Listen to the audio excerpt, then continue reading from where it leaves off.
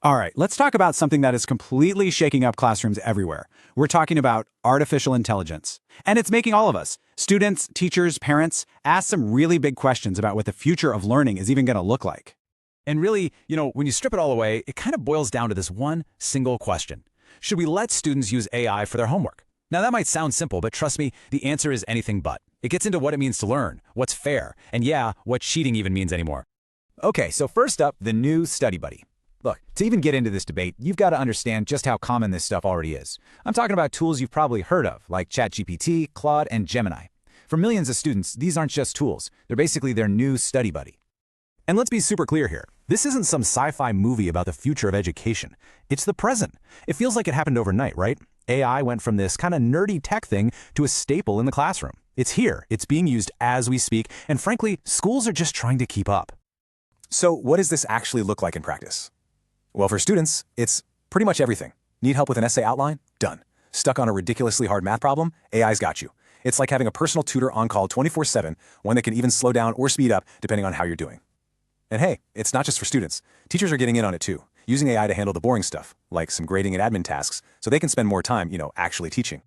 All right, section 2, a tool or a cheat? Because with it being so integrated into everything, we hit the central problem, right? Where's the line between a helpful tool and just cheating? Is this something students should be learning to master, or is it just a fancy way to not do the work? This whole debate really comes down to two big ideas. On one side, you've got the argument that AI is just the next logical tool, like a calculator or spell check. I mean, we don't make kids do long division by hand anymore, right?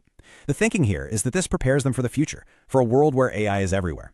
But then, on the other side, there's the argument that it's not a tool, it's a crutch, that it stops students from learning how to think critically and, let's be honest, makes it incredibly easy to plagiarize.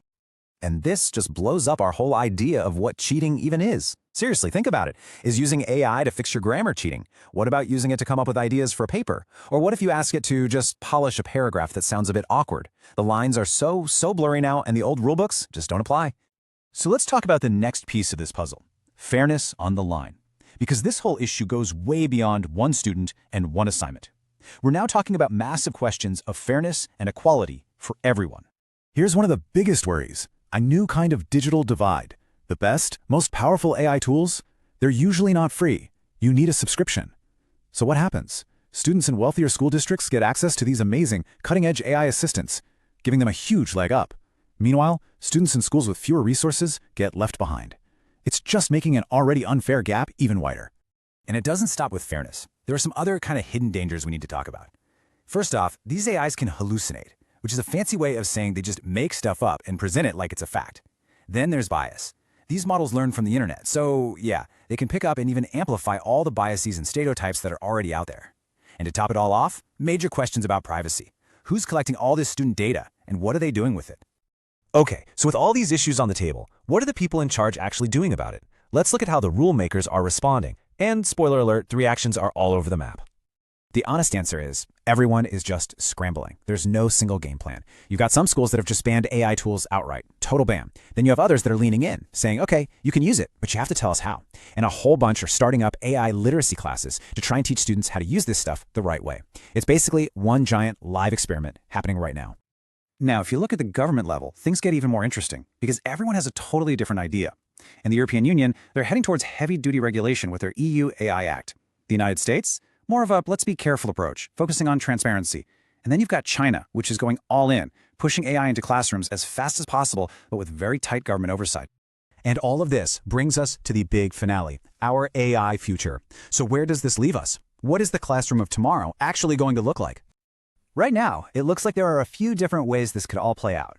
Path 1, full integration. AI just becomes a normal part of school, like a calculator. Path 2, strict regulation. We could see it get banned or super limited, especially during tests.